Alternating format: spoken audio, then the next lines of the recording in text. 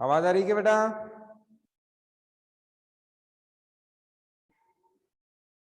Yes sir. कल की good class, morning sir. Good morning, good morning. कल के चुनाव में हमने 77 का चुनाव देखा था। क्या देखा था? 77 का चुनाव। संजय सिंह, इनके नहीं है, हाँ है। कल के चुनाव में हमने क्या, कल की क्लास में क्या देखा था? 77 का चुनाव। और विजुअलिटी सही नहीं होने के कारण उसको मैं बहुत फास्टली रिपीट कर देता हूं, आप देख लेना। 77 के चुनाव में विपक्ष ने क्या नारा दिया? लोकतंत्र बचाओ। अब ये याद रखना है। और 71 वाले में क्या दिया था? 71 वाले चुनाव में इंदिरा ठाकुर। इंदिरा ठाकुर का, है ना। और इसमें क्या दिया गया? लोकतंत्र बचाओ। लोकतंत्र बचाओ। साहिल, अरे ये पिक्चर क्यों लगाता रहता है? कभी अपनी पिक्चर लगाता है, कभी कोई और पिक्चर। काम वाम नहीं है क्या कुछ पढ़ने का? कहाँ गैलरी से पिक्चर ड्रॉ निकालता है और फिर लगाता है उसको। क्या होगा इससे? है साहिल? साहिल, माइक ऑन करना।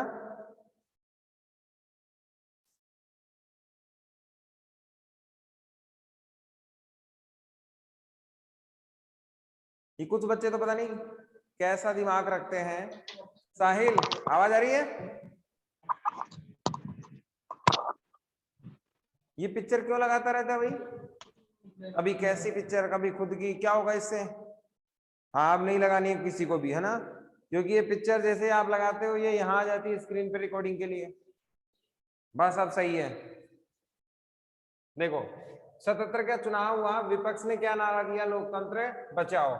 और आप जानते हैं आपातकाल के परिणाम किसके? आपातकाल के परिणाम जनता की जहन में थे। आपातकाल के परिणाम जनता को पता थे और जनता जानती थी कि आपातकाल में क्या क्या त्रासदी हुई है, आपातकाल में क्या क्या घटनाएं हमारे साथ हुई हैं, आपातकाल में हमें क्या क्या सहना पड़ा। ये सारी चीजें कौन जानती थी?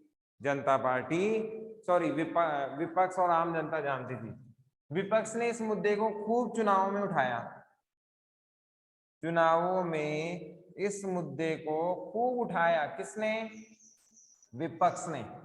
आम जनता और विपक्ष ने मिलकर ऐसा माहौल क्रिएट कर दिया कि इंदिरा गांधी जी ने सही काम नहीं किया है। इंदिरा गांधी जी को जो वास्तव में करना चाहिए था वो काम हुआ ही नहीं। इसका नुकसान इंदिरा गांधी को उठाना पड़ा और यहाँ पर इंदिरा गांधी हार गई। क्या हुआ? इंदिरा गांधी जी हार गई और पहली गैर कांग्रेसी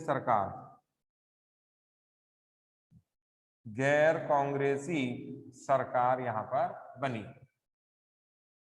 अब ये सवाल याद रखना है कि केंद्र में गैर कांग्रेसी सरकार कब बनी? तो 1977 में पहली गैर कांग्रेसी सरकार बनी। राज्यों में कब बनी? 1967। 1967। 67 में तो राज्यों में बनी और कांग्रेस में कब बनी? 77 में बनी। पहला सवाल। दूसरा, सरकार कौन सी आई? जनता पार्टी की सरकार आई। कौन सी सरकार आई? जनता पार्टी की सरकार आई। और प्रधानमंत्री कौन बने? मोरारजी देसाई। कौन बने? मोरारजी देसाई, जो पहले गैर कांग्रेसी सरकार के प्रधानमंत्री थे। यहां तक की बात में कोई दिक्कत? दोबारा पढ़ रहे हैं हम, कल दिख नहीं रहा था ना इसलिए। No sir. आगे देखो, इसके बाद मामला आया मोरारजी देसाई ने क्या क्या किया। मोरारजी देसाई ने क्या क्या किया?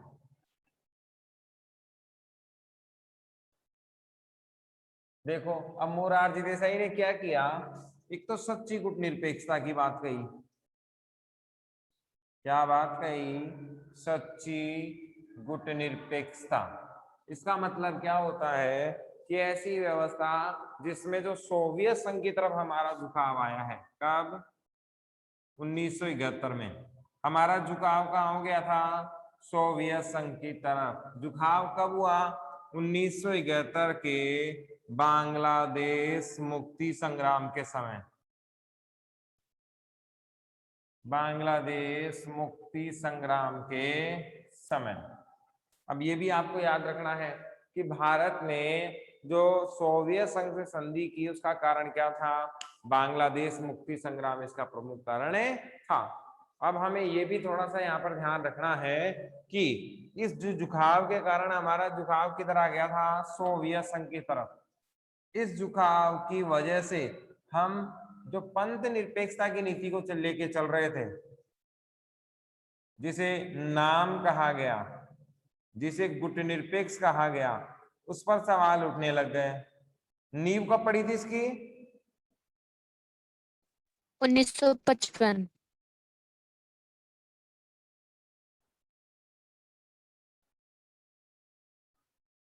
सही है क्या? नींव पड़ी थी, सही है क्या?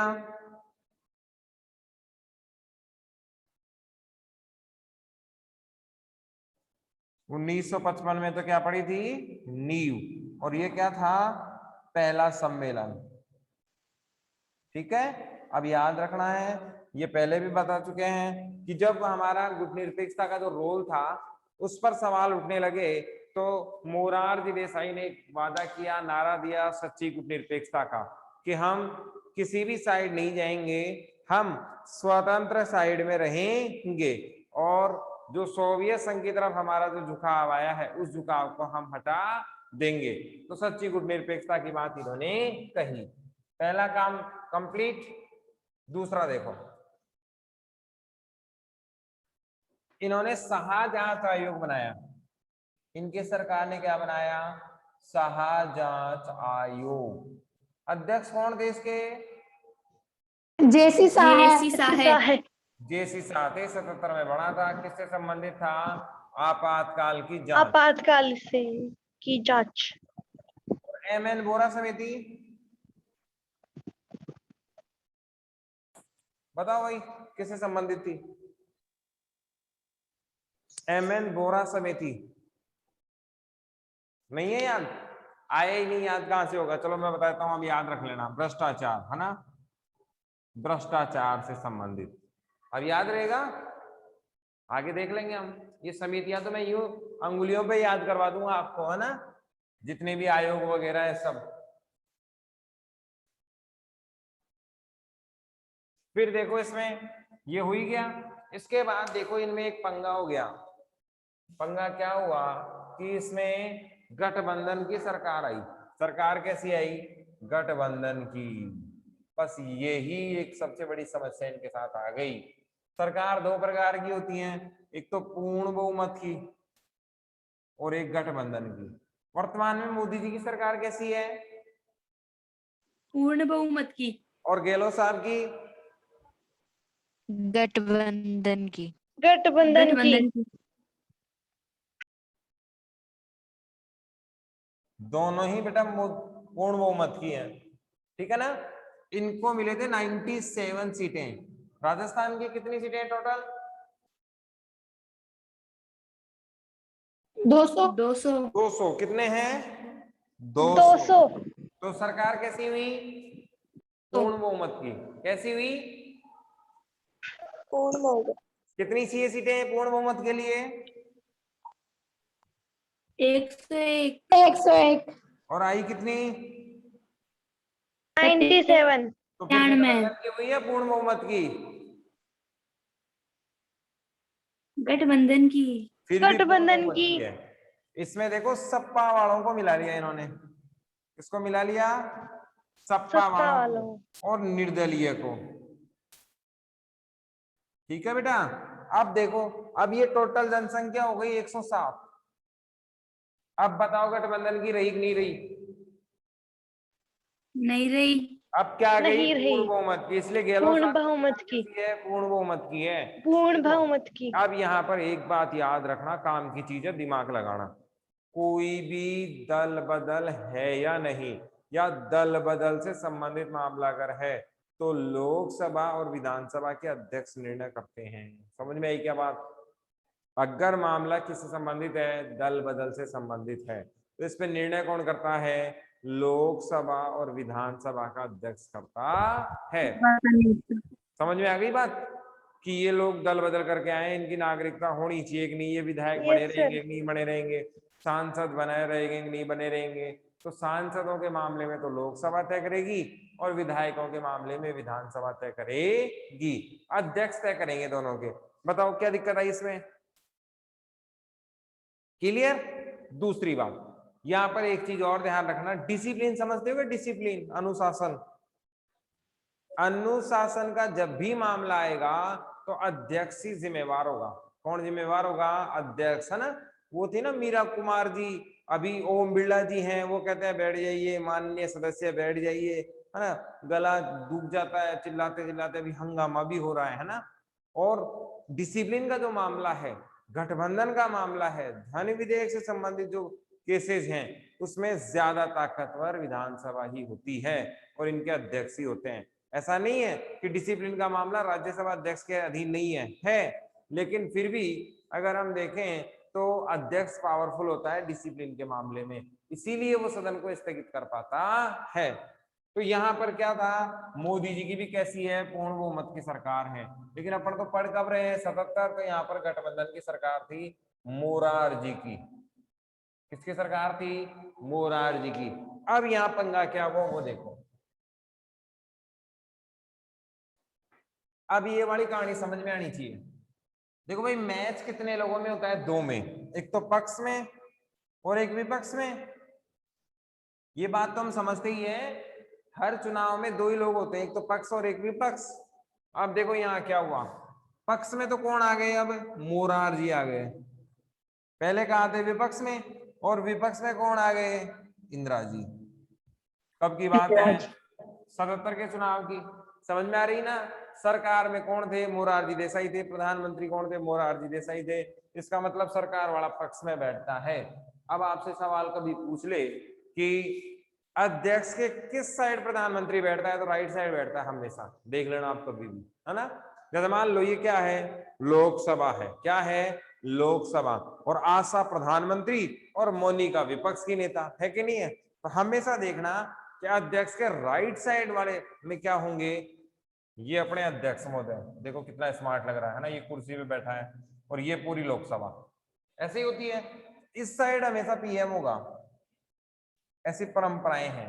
इस साइड विपक्ष होगा, ऐसा कोई फिक्स नहीं होगा ही, लेकिन ये परंपरा है। क्या है? परंपराएं हैं। तो देखो पक्ष में कौन है? मोरारजी देसाई बैठे थे, है ना। अब देखो होता क्या था कि आपस में झगड़ते थे,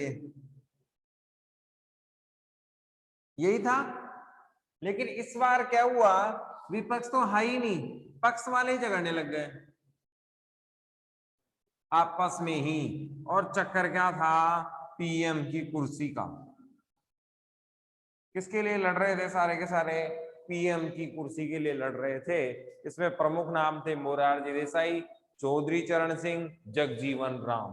कितने लोग थे? 3 लोग तो और भी थे, लेकिन मोस्टली नाम यही थे, मोरारजी, जगजीवन राम और चौधरी जी, चौधरी चरण सिंह। ये आपस में ही लड़ रहे थे कि मैं पीएम बनूंगा, मैं पीएम बनूंगा, है ना। मैच किसने जीता? मोरारजी देसाई ने। और जब अपने दगेबाज हो जाएं, अपने ही लोग क्या हो जाएं? दगेबाज हो जाएं, विरोध करने लग जाएं, तो मामला ज्यादा खतरनाक होता है। यहां भी यही हुआ क्या कि मोरारजी देसाई को सरकार चलाने में दिक्कत आने लग गई। आएगी, अपने ही लोग विरोध कर रहे हैं, जगजीवन राम ने अलग पार्टी बना ली, चौधरी चरण सिंह अलग टांग खींच रहे हैं, तो आपस में ही लड़ने लग गए। बात समझ में आ रही है? ऊपर से गया मामला, आ रही है। समझ में आया? 77 के चुनाव के परिणाम जब आए तो विपक्ष से ना लड़कर आपस में ही लड़ने लग गए। यहां से 2 मैसेज कन्वे हुए। पहला, इंदिरा चाहे कितनी भी खराब क्यों ना हो, क्या है? इंदिरा गांधी चाहे कितनी भी खराब क्यों ना हो, लेकिन सरकार तो चला सकती है। क्या चला सकती है? सरकार तो चला सकती है। और वो भी कैसी? स्थायी सरकार। कैसी? स्थायी सरकार। अब आप देखो, आप जैसे भोले वाले, आप तो नहीं थे, मैं भी नहीं था, क्योंकि मेरा भी प्रोडक्शन नहीं हुआ था, आपका भी प्रोडक्शन उस जमाने में नहीं हुआ था, है ना, अवतरण हुआ ही नहीं था अपना। तो अब आप देखो उस जमाने की बात, इतना सब कुछ होने के बाद, आपातकाल में कितने हालात बुरे थे वो तो देख ही लिया आपने। इतना सब कुछ होने के बाद भी हमारी भोली भाली जनता ने, भारत वालों ने, है ना, इंदिरा गांधी जी पे ट्रस्ट कर लिया। देखो कमाल की बात, देखो आप, है ना, क्यों किया? क्योंकि दूसरा ऑप्शन सही नहीं था, दूसरा ऑप्शन तो इंदिरा गांधी से भी खराब निकला। इसलिए इन्होंने सोचा कुआं और खाई में से बचने का चांस खाई में ज्यादा है कि नहीं है?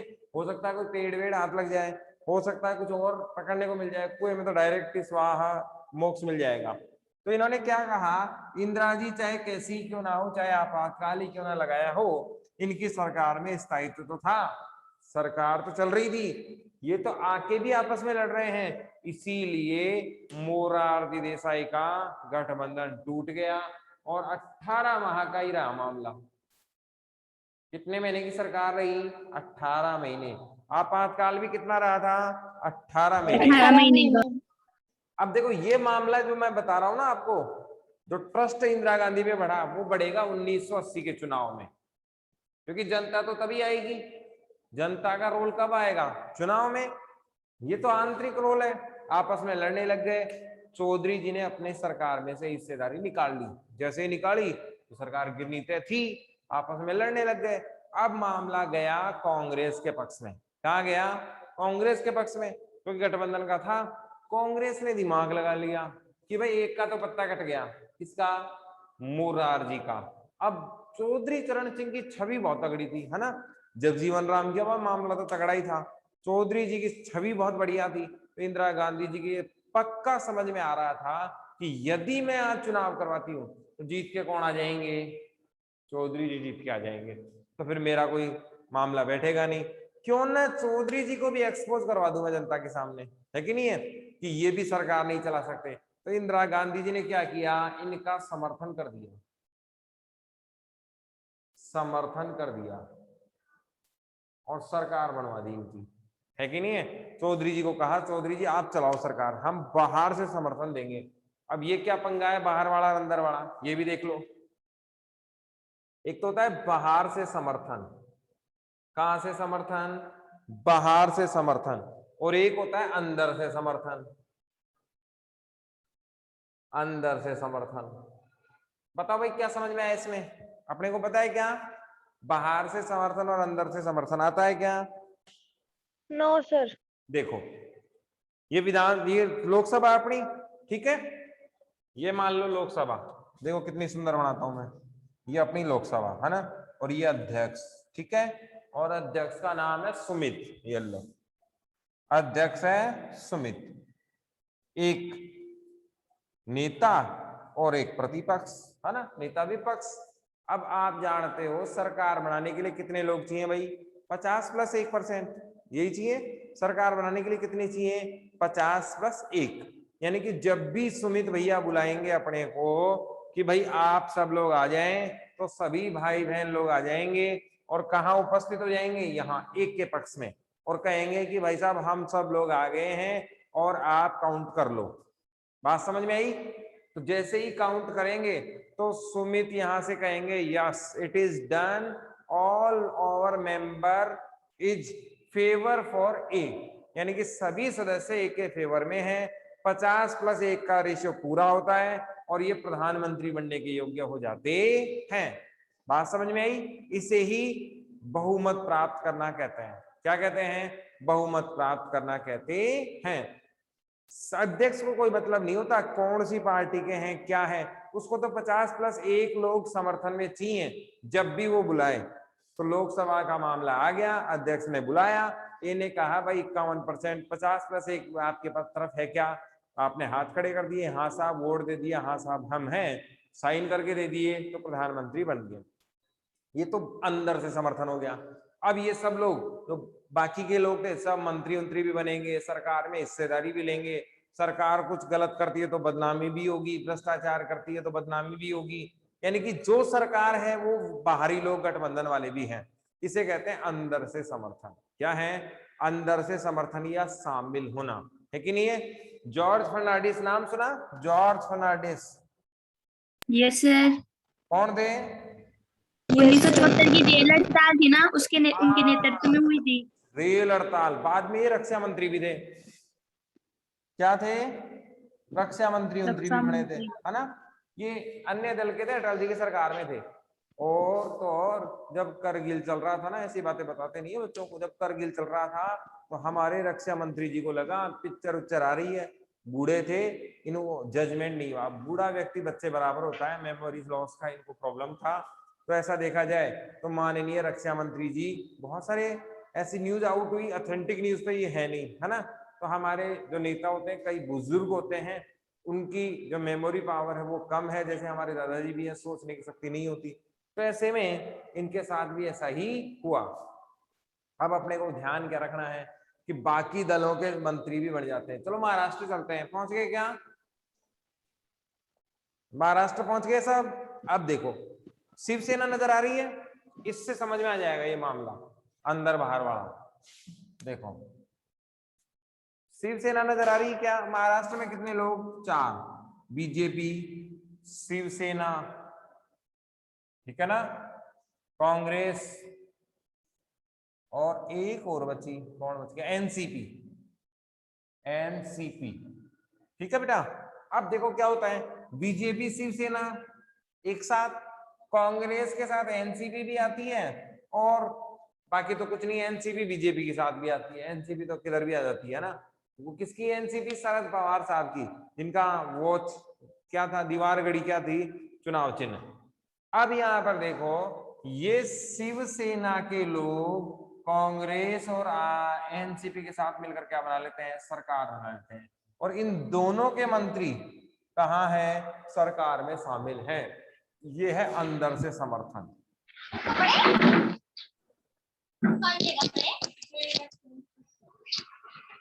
ये क्या है? अंदर से समर्थन है। बताओ भाई क्या दिक्कत आई? क्लियर है? यानी कि सरकार में शामिल होना और फिर सरकार में आगे भागीदारी निभाना क्या कहलाता है? अंदर से समर्थन कहलाता है। अब बाहर से समर्थन देखो क्या है, ये काम की चीज है। बाहर से समर्थन का मतलब क्या हुआ? जैसे मान लो नंदिनी ने सरकार बनाई है कि नहीं है? नंदिनी क्या है? प्रधानमंत्री है। अब हम चाहते हैं कि भाई हम सब इनकी गवर्नमेंट में मंत्री नहीं बनेंगे, नंदिनी जब भी लोकसभा में जाएंगी और अपना बहुमत सिद्ध करेंगी, बहुमत तो सिद्ध करना पड़ेगा ना लोकसभा में, अध्यक्ष के सामने, और अध्यक्ष कौन है? सुमित। सुमित के सामने हमें चलना पड़ेगा और बताना पड़ेगा भाई 50+1 लोग हम हैं और नंदिनी के नेतृत्व में जाना है। अब देखो क्या होगा, जब भी लोकसभा का सेशन होगा और सुमित कहेंगे कि बताओ भाई आपके पास कितने लोग हैं, तो सब लोग खड़े हो जाएंगे वहां कि भाई हम इतने लोग शामिल हैं। लेकिन जैसे ही सरकार में मंत्रियों का नियम आता है, ये कहेंगे हम बाहर से समर्थन करेंगे, भाई हम आपकी सरकार में शामिल नहीं होंगे, कार्यपालिका वास्तविक वाली का हिस्सा नहीं होंगे, सरकार को हम लोग कोसेंगे, सरकार की टांग खींचेंगे, लेकिन जब भी वोट डालने का टाइम आएगा हम आपके साथ आ जाएंगे। है कि नहीं है? इसका मतलब ये हो गया कि आगे से तो हम कहेंगे जय हिंद और पीछे से मारेंगे मुक्का।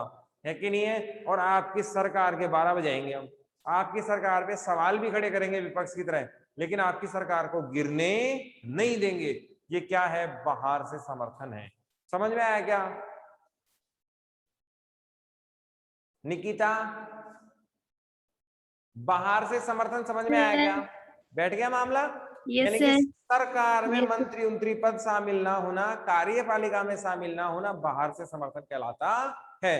बाकी ये बाहर से समर्थन वाला है ना, बड़ा तगड़ा मामला है। ना तो बदनामी होनी, ना जनता के सामने इमेज गिरेगी, जनता के सामने इमेज बढ़ेगी कि ये तो बेचारे सरकार में शामिल थे ही नहीं, और सरकार पे पूरा नियंत्रण होता है। सरकार को कहेंगे ये काम करना है, सरकार कहेगी नहीं कर रहा, हटाऊं क्या अपना समर्थन? गिर जाएगा, देख ले। तो वो सारी दादागिरी बाहर वालों की होती है, बदनामी सरकार की होती है। तो ये बाहर से समर्थन तो बड़ा खतरनाक चीज है ना। अब आगे देखो, गठबंधन की सरकार मोरारजी की आपस में लड़े, मोरारजी का 18 महीने का कार्यकाल खत्म। फिर चौधरी जी को समर्थन किसने दिया? इंदिरा गांधी जी की कांग्रेस ने दे दिया। अब चौधरी जी बड़े जोश में थे, चौधरी जी ने सरकार बना ली। सरकार बनी तो कभी भी लोकसभा के दर्शन नहीं हुए। किसके नहीं हुए? लोकसभा के दर्शन नहीं हुए। किसको? चौधरी जी को। तो सवाल आता है, चौधरी चरण कौन से प्रधानमंत्री ने लोकसभा का कभी सामना किया ही नहीं? तो आंसर क्या आएगा? चौधरी चरण सिंह। चौधरी चरण सिंह। चौधरी चरण किया। बताओ भाई क्या दिक्कत है? अब इससे पहले ही लोकसभा में बहुमत साबित होता, उससे पहले ही कांग्रेस ने वापस समर्थन ले लिया, दिया और वापस ले लिया। तो लगभग 4 माह ही इनकी सरकार चली। कितने महीने चली? 4 महीने ही सरकार चली। बहुमत का तो मामला हुआ ही नहीं। बताओ भाई क्या दिक्कत है इसमें? क्लियर है? सरकार कितनी महीने चली? 4 महीने। अब देखो 2 कांटे इंदिरा गांधी जी के निकल गए, एक तो मोरारजी निकल गए, एक चौधरी जी निकल गए, तो मैदान हो गया साफ। और जनता ने देखा कि ये कुछ नहीं कर सकते, इंदिरा जी ही ठीक है, वो ही सरकार चलाएगी। 77 का चुनाव यहाँ खत्म। बताओ भाई क्या दिक्कत आई? इसमें कुछ पूछना हो? सर। कंफ्यूजन है क्या कोई? बताओ। No sir. ठीक है। अब देखो क्या हुआ, 80 का चुनाव आ गया यहाँ पर, है ना? किसका चुनाव आया? 80 का चुनाव। इंदिरा गांधी ने समय से पहले लोकसभा कब भंग की थी? 1967 में। 1967 में। गलत है बेटा, मामला गड़बड़ है। दिसंबर 1970 में। कब की थी? ठीक है, दिसंबर 1970 वाले चुनाव में की थी, समय से पहले। तभी तो विपक्ष खुश हो गया था, इंदिरा अभी बच्ची है, बढ़िया मैच चलेगा। 67 में तो सिंडिकेट साथ ही तो था, 69 में अलग हुआ। आया क्या मामला समझ में? निकिता कंफ्यूजन है अभी भी? No sir. अलग कब हुआ? 69 में। तो खुश कब होगा? 70 में, कि इंदिरा जी ने बढ़िया डिसीजन लिया, हमें मौका मिल गया अब आगे बढ़ने का। तो 70 दिसंबर में हुआ था ये, है ना? आप देखो आगे, अब 80 का चुनाव हुआ और 80 में इंदिरा गांधी कहानी थी ये लो बल्ले बल्ले, इंदिरा सरकार आ गई, खत्म कहानी। और क्या, इंदिरा सरकार आ गई। और फिर 1984 में इनका क्या हो गया? स्वर्गवास हो गया। इंदिरा जी का क्या हो गया? स्वर्गवास हो गया। इनके जो सिख बॉडीगार्ड थे उनको इन्होंने मार दिया। अब यहाँ पर एक बात और ध्यान रखनी है, याद रहे तो बढ़िया बात, नहीं आगे तो आएगा उस किताब में। Operation blue star. अब ये वेरी इंपॉर्टेंट है, फ्री वाली जगह पे लिख लो, फिर दोबारा मैं डिटेल से बताऊंगा इसको, है ना? ऑपरेशन ब्लू स्टार क्या था? बस सिंपल सी बात। वो देखा है क्या स्वर्ण मंदिर? Yes sir. स्वर्ण मंदिर। Yes sir. हमारे यस जो सर। सिख भाई बहन हैं उनके लिए आराध्य है ये, है ना? भगवान का मंदिर है तो सम्मान श्रद्धा के साथ नाम आना चाहिए, है ना? अब हम तो सर्व धर्म संभाव है, चाहे मस्जिद आए, चाहे मंदिर आए, चाहे स्वर्ण मंदिर आए, एक ही चीज है ना? ईश्वर तो एक ही है। तो स्वर्ण मंदिर पर जो आतंकवादियों ने या हिंसक जो गतिविधियां यहाँ पर हुई, उसके एवज में ये ऑपरेशन ब्लू स्टार चलाया गया था, है ना? तो अब अपने को याद रखना है कि पवित्र जो जगह है सिख में, वो कौन सी है? स्वर्ण मंदिर है। और इसको आजाद कराने के लिए इंदिरा गांधी जी ने क्या चलाया था? Operation blue star. Operation blue star. इसीलिए सिखों की भावना को ठेस पहुंची, सिखों ने इंदिरा गांधी जी को मार दिया। बस इतनी सी बात है। बताओ याद रहने लायक है कि नहीं? Yes sir. अब मजे की बात है ना, काम की बात, इंपॉर्टेंट। बहुत बार शायद ही कोई ऐसा पेपर होगा एग्जाम का जिसमें ब्लू स्टार नहीं आया हो, शायद ही कोई ऐसा पेपर होगा। जैसे गुटनिरपेक्षता के बिना पेपर नहीं बढ़ता, हर में पहले ही आउट है, गुटनिरपेक्षता खोलते ही दिखेगा, चाहे 2 नंबर का हो चाहे 4 नंबर का, आए ही का कंपलसरी है। वैसे ही ऑपरेशन ब्लू स्टार भी आता है, कंपलसरी है ना? अब बताओ, पहले से पेपर आउट है और फिर अपन नहीं पढ़े तो मामला गड़बड़। बस इतना जरूर याद रखना है कि सोने वाले मंदिर, है ना, जो गुरुद्वारे से संबंधित है, सिख भाई बहनों का है, उससे संबंधित ये था। अब अपना ये चैप्टर तो कंप्लीट हो गया, है ना? अब आज मैं बुक तो लाया नहीं बारिश की वजह से, नहीं तो क्वेश्चन आंसर भी करवा देते हैं। क्वेश्चन आंसर को तो छोड़ दो कल के लिए, है ना? और अगला चैप्टर अपन कर देते हैं शुरू, है ना। चैप्टर का नाम बता दो आप मेरे को, कौन सा है? जन आंदोलनों का उदय। जन आंदोलन का उदय, ठीक है बेटा। इसमें कोई सवाल पूछना है क्या पुराने वाले में?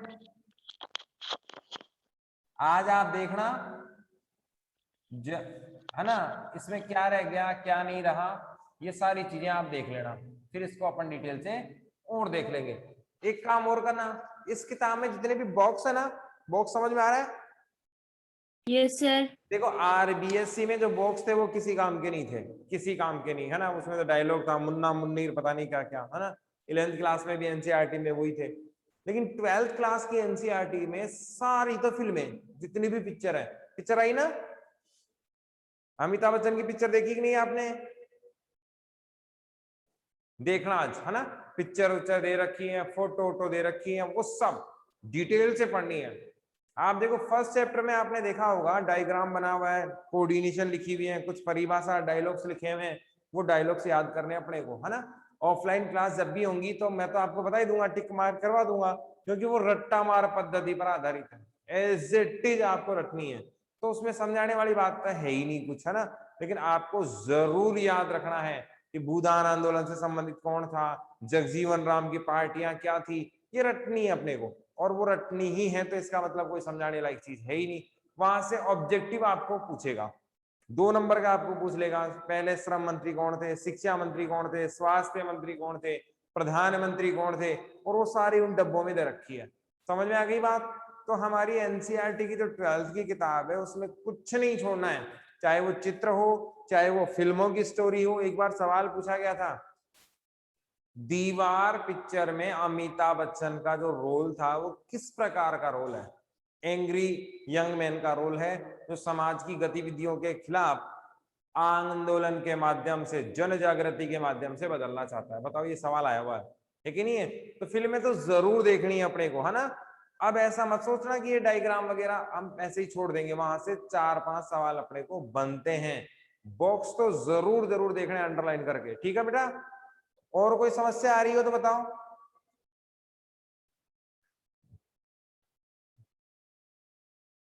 रश्मि, राहुल,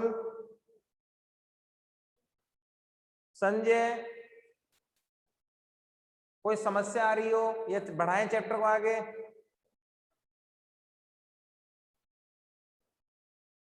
कोमल, आवाज आ रही है? ये तो सो गए सारे के सारे, मेरे को लग रहा है ना। यस सर, आ रही है। कोई दिक्कत समझ में आता है? Yes, no sir. Problem. Yes sir. Yes sir. बताओ क्या दिक्कत है?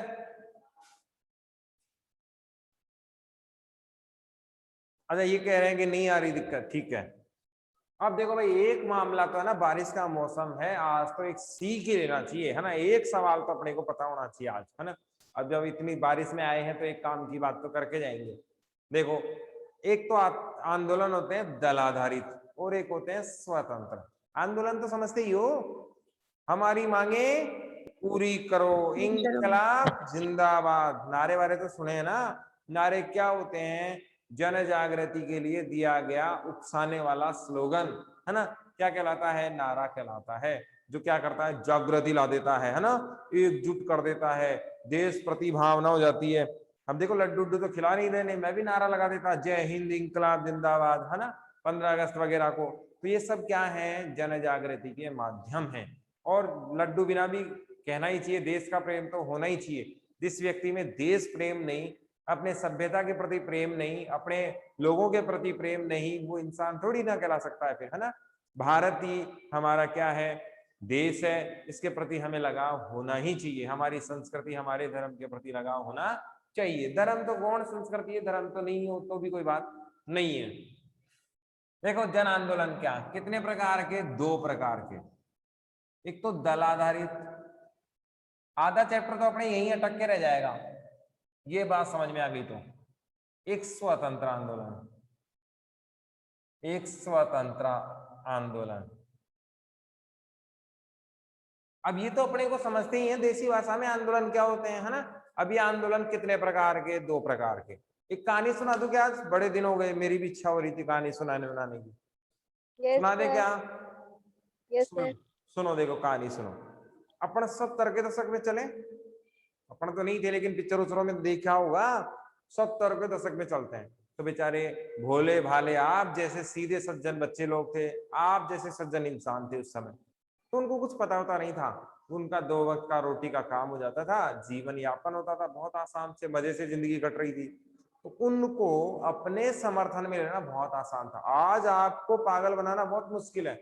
आपको कोई भी टीचर ये कहे कि मीठी मीठी बातें करके आपको अपने पक्ष में कर सकता है, संभव ही नहीं है। आपको तो जो अच्छा पढ़ाएगा उसी का सम्मान आप करते हो, क्योंकि इंटेलिजेंट बच्चे हैं, है ना, पढ़े लिखे बच्चे हैं, सब समझते हैं सही गलत क्या है। उस जमाने में क्या होता था कि आसानी से किसी को साथ ले लिया जाता था, कुल मिला के देसी भाषा में अपना पक्ष ले लिया जाता था, पटा लिया जाता था, अपनी तरफ मिला लिया जाता था।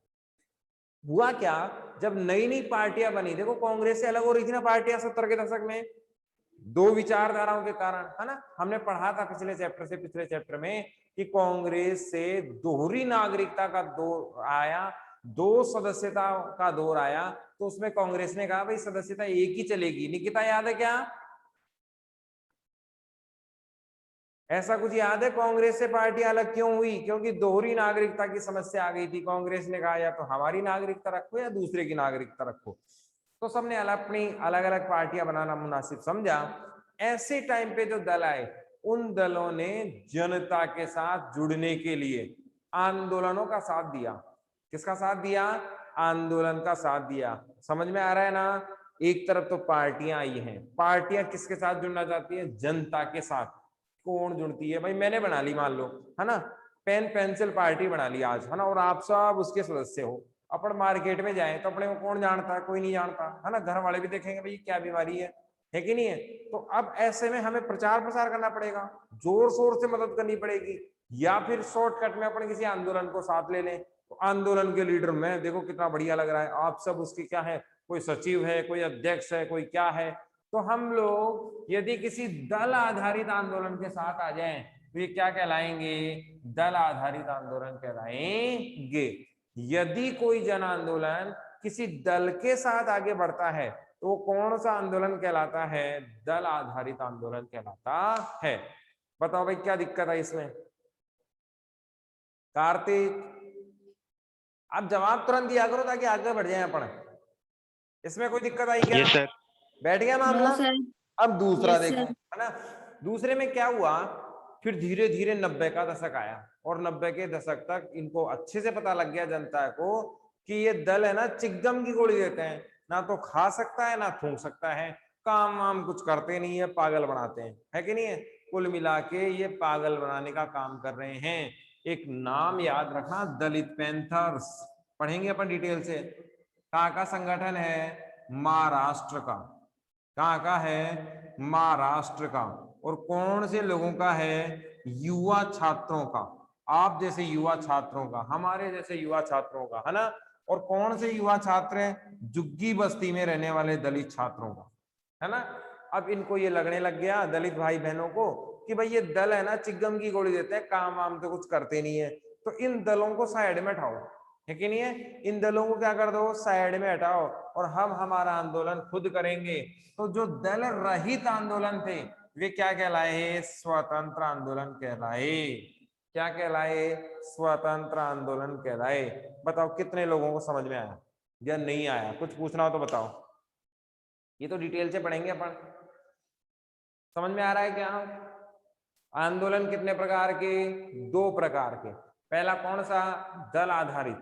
दूसरा कौन सा? स्वतंत्र आंदोलन। दल आधारित आंदोलन कौन से हैं? जिसमें दल क्या होता है? साथ में होता है।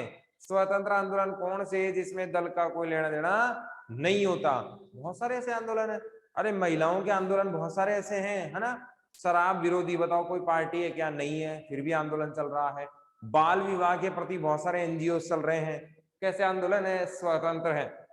एक वो आया था ना ऑपरेशन गरिमा उरिमा, बच्चियों के लिए आया था, वो दीदी आई थी ना पुलिस वाली, उस ऑपरेशन का नाम ऑपरेशन गरिमा ही है शायद, है ना। आपको समझा के गई थी, गुड टच बैड टच था ना। कोई पार्टी का एजेंडा नहीं है बेटा, ये कैसे आंदोलन है?